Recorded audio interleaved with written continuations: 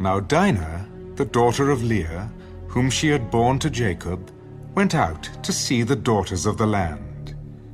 And when Shechem, the son of Hamor the Hivite, prince of the country, saw her, he took her and lay with her and violated her. His soul was strongly attracted to Dinah, the daughter of Jacob, and he loved the young woman and spoke kindly to the young woman. So Shechem spoke to his father Hamor, "Get me this young woman as a wife." And Jacob heard that he had defiled Dinah his daughter. Now his sons were with his livestock in the field, so Jacob held his peace until they came. Then Hamor, the father of Shechem, went out to Jacob to speak with him. And the sons of Jacob came in from the field when they heard it. And the men were grieved and very angry, because he had done a disgraceful thing in Israel by lying with Jacob's daughter, a thing which ought not to be done. But Hamor spoke with them. "The soul of my son Shechem longs for your daughter. Please give her to him as a wife, and make marriages with us. Give your daughters to us, and take our daughters to yourselves, so you shall dwell with us, and the land shall be before you. Dwell and trade in it, and acquire possessions for yourselves in it." Then Shechem said to her father and her brothers, "Let me find favor in your eyes, and whatever you say to me I will give. Ask me ever so much dowry and gift, and I will give according to what you say to me.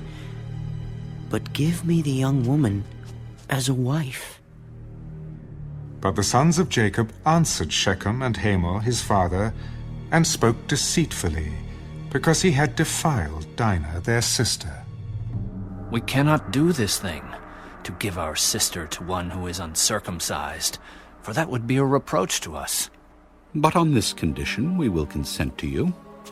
If you will become as we are, if every male of you is circumcised, then we will give our daughters to you, and we will take your daughters to us, and we will dwell with you, and we will become one people. But if you will not heed us and be circumcised, then we will take our daughter and be gone." And their words pleased Hamor and Shechem, Hamor's son. So the young man did not delay to do the thing, because he delighted in Jacob's daughter. He was more honorable than all the household of his father.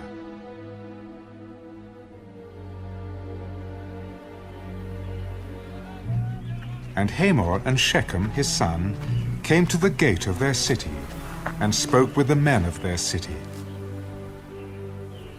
"These men are at peace with us. Therefore, let them dwell in the land and trade in it. For indeed, the land is large enough for them. Let us take their daughters to us as wives, and let us give them our daughters. Only on this condition will the men consent to dwell with us to be one people. If every male among us is circumcised, as they are circumcised, will not their livestock, their property, and every animal of theirs be ours?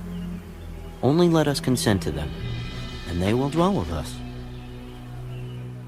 And all who went out of the gate of his city heeded Hamor and Shechem his son.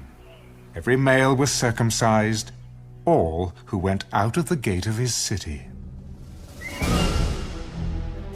Now it came to pass on the third day, when they were in pain, that two of the sons of Jacob, Simeon and Levi, Dinah's brothers, each took his sword, and came boldly upon the city, and killed all the males.